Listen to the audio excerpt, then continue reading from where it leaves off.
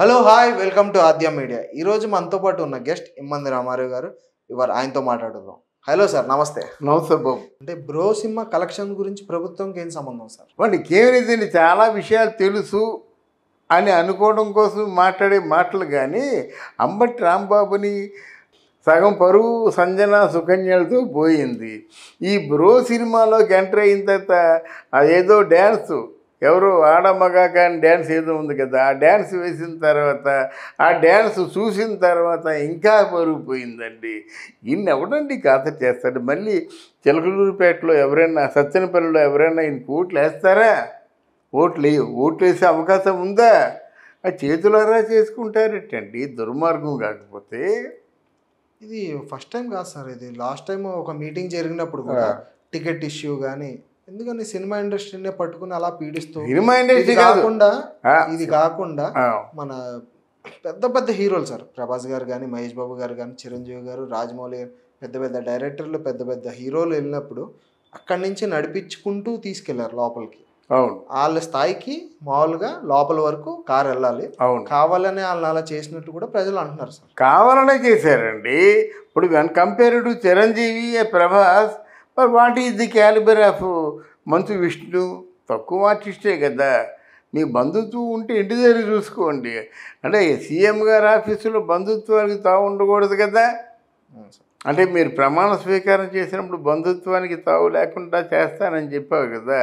మరి ఆ సీఎం గారి ఆఫీస్కి వెళ్ళినప్పుడు మంచు విష్ణు సరిగ్గా వంటగదిలోకి వెళ్ళిపోయాడు కదా. అలాగే ఆయన ఆఫీస్ గదికి కారును తీసుకెళ్ళవచ్చు కదా. ఆయనకి సభ్యత, సంస్కారం ఉన్నది బయటపడే కదా. కానీ అంత వాళ్ళని తక్కువగా చూడడం, వాళ్ళేమో అవమానం చేయడం, అదే పెద్ద కొండకి కూర్చుని అనుకుంటారా? నీ కుసంస్కారం బయటపడింది, నీ తేలిక బుద్ధి బయటపడింది, ఈ తాలూకు కుతంత్రం బయటపడింది అన్నమాట. ఎలాగ అవమానం చేద్దాం?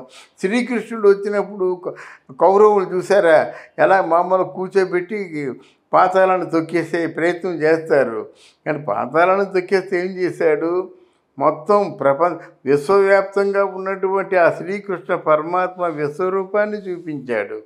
అలాగా ఒక మెగాస్టార్ని ఎప్పుడైతే నువ్వు అవమానం చేసావో ఎంతమంది విరుచుకుపడ్డారండి. నువ్వెంత, నీ బతుకెంతరా?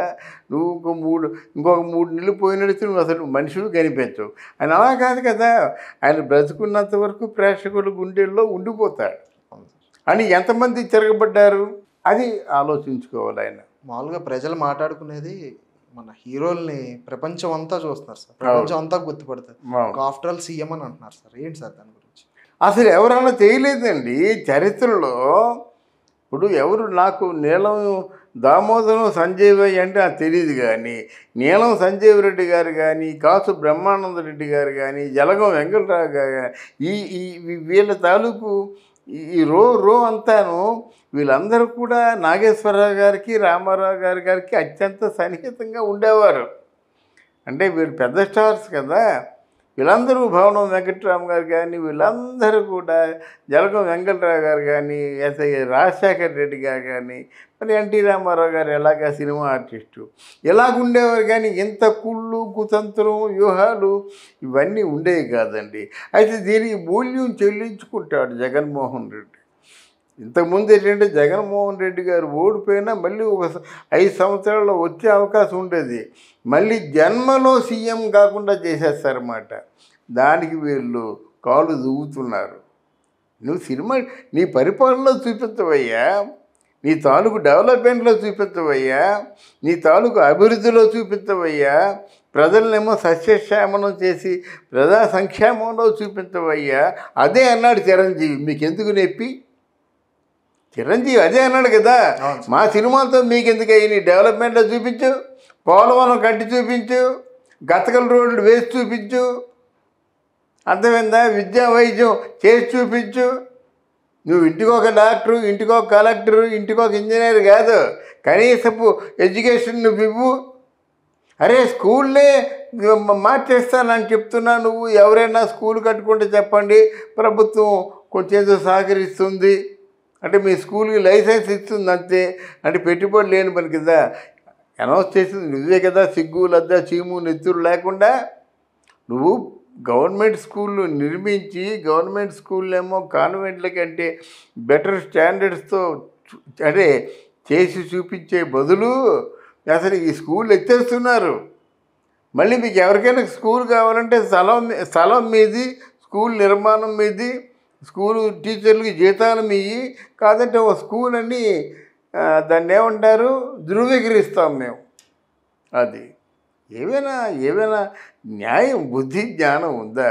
అంటే ఏమిటంటే ఎలా పరిపాలన అయిపోతుంది అంటే అక్షర జ్ఞానం లేని వాళ్ళకి, రాజ్యాంగం అంటే ఏమిటో తెలియని వాళ్ళకి, అలాగే అడ్మినిస్ట్రేటివ్ స్కిల్స్ లేని వాళ్ళకి, కేవలం డబ్బే పరమావధిగా ఉన్న వాళ్ళకి, డబ్బుతో అంటే బుద్ధితో కైలాసం లాగా డబ్బుతో కైలాసం వెళ్ళిపోతూ ఉన్నటువంటి భ్రమలో ఉన్న వాళ్ళ తాలూకు పరిపాలన ఇలాగే ఉంటుందని నేను అనుకుంటాను. నిన్న కొడాలి నాన్నగారు కూడా జస్ట్ ఎవరన్నా మాట్లాడితే పొద్దునకే మొత్తం ప్రెస్ మీట్లు పెట్టేస్తున్నారు సార్. అవునండి, మినిస్టర్లు అందరూ ఏమన్నా లేకపోతే ఇంకేమన్నా వాళ్ళ శాఖల మీద ఏమన్నా మాట్లాడే ఉద్దేశం ఉందంటారా లేదంటారా సార్?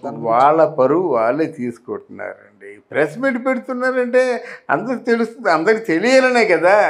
మరి వాళ్ళ తాలూకు లోపాలన్నీ అందరికీ తెలుస్తున్నాయి. ఎంత చేదరించుకుంటున్నారు, కాంటించి మొహాన్ని ఉమ్మేస్తున్నారు. ఈ ప్రెస్ మీట్ పెట్టుకుంటే అంబటి రాంబాబుకి ఏమైనా వాల్యూ ఉందా? కొడాలి నాన్నకి ఏమైనా వాల్యూ ఉందా? గొడ్డదావల్లో పడుకొని ఆయన బతుకును ఎవరి వాల్యూ ఉంది చెప్పండి? రోజాకి ఏమైనా వాల్యూ ఉందా? తర్వాత అనిల్ కుమార్ యాదవ్ తప్పుకున్నాడు అనుకోండి, ఎవరి వాల్యూ ఉందండి? ఎవరి వాల్యూ ఉంది కనుక వాళ్ళు ప్రెస్ మీట్లు పెడతారు కనుక. ఒక ఈ టాపిక్ గురించే మాట్లాడడం ఎంతవరకు కరెక్ట్?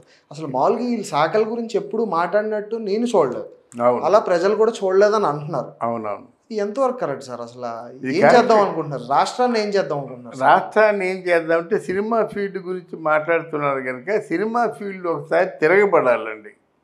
సినిమా ఫీల్డ్ పోరాటం చేయాలి, తిరగబడాలి. సినిమా ఫీల్డ్ తిరగబడితే ఏముందండి? సినిమా ఎంతమంది ఉన్నారంటే సూపర్ స్టార్స్, వాళ్ళ అభిమానులు అందరూ తిరుగుబాటు చేస్తే వీళ్ళు ఏమైనా తట్టుకోగలరా? స్టార్స్కి ఏమవుతుంది సార్? నార్మల్ ప్రజలు వాళ్ళ మీద కేసులు, వాళ్ళని కొట్టడం, వాళ్ళని తప్ప ఇంకేముంటుంది సార్? అలా కాదండి. ఒకవేళ చిరంజీవి గారి అభిమానులు, ఇప్పుడు జనసేన అభిమానులు, పవన్ కళ్యాణ్ అభిమానులు ఎలాంటి వాళ్ళు, ప్రభాస్ అభిమానులు ఎలాంటి వాళ్ళు, అల్లు అర్జున్ అభిమానులు ఎలాంటి వాళ్ళు, రామ్ చరణ్, వీళ్ళందరూ అభిమానులు బయలుదేరినట్టు ఏంటండి యూత్ అండి. వాళ్ళందరూ ఆ యువతరం ముందు వీళ్ళు ఏమైనా ఆగలరా?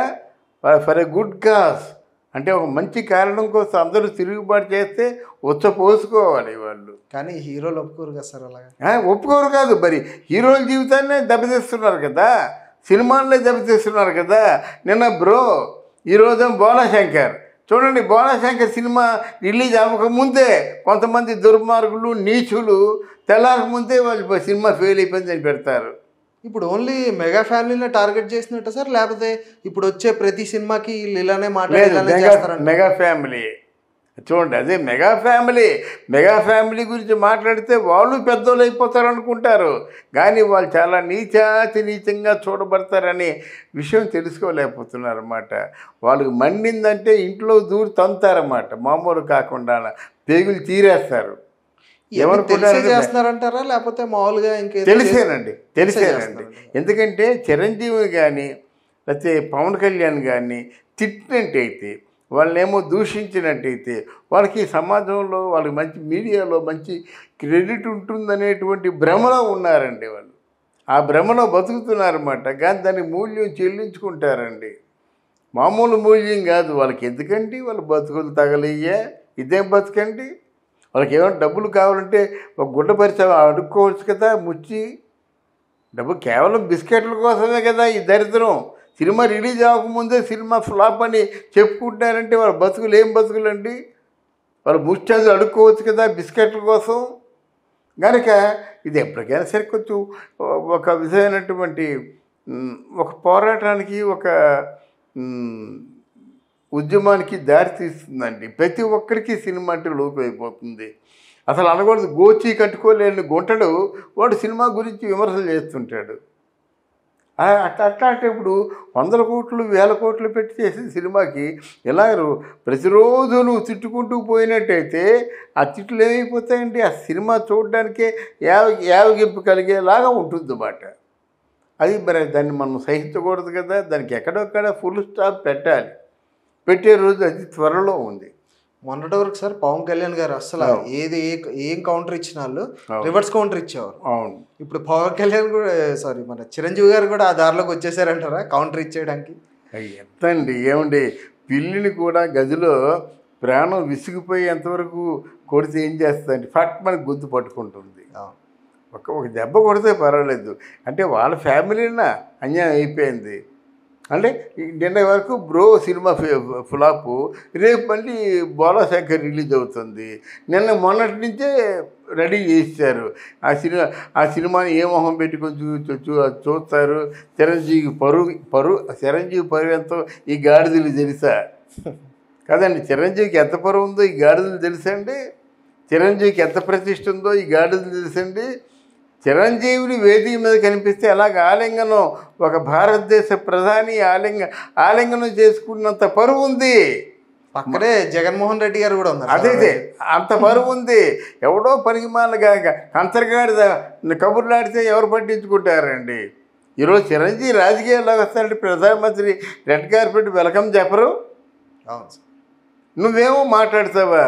అంటే ఆ సినిమాలు చేయబట్టే కదా నీ తాలూకు పనికి మాలిన చెత్త చేదస్తపు దుర్మార్గపు నీచపు మాట్లాడి తినవలసిన అవసరం అవుతుంది.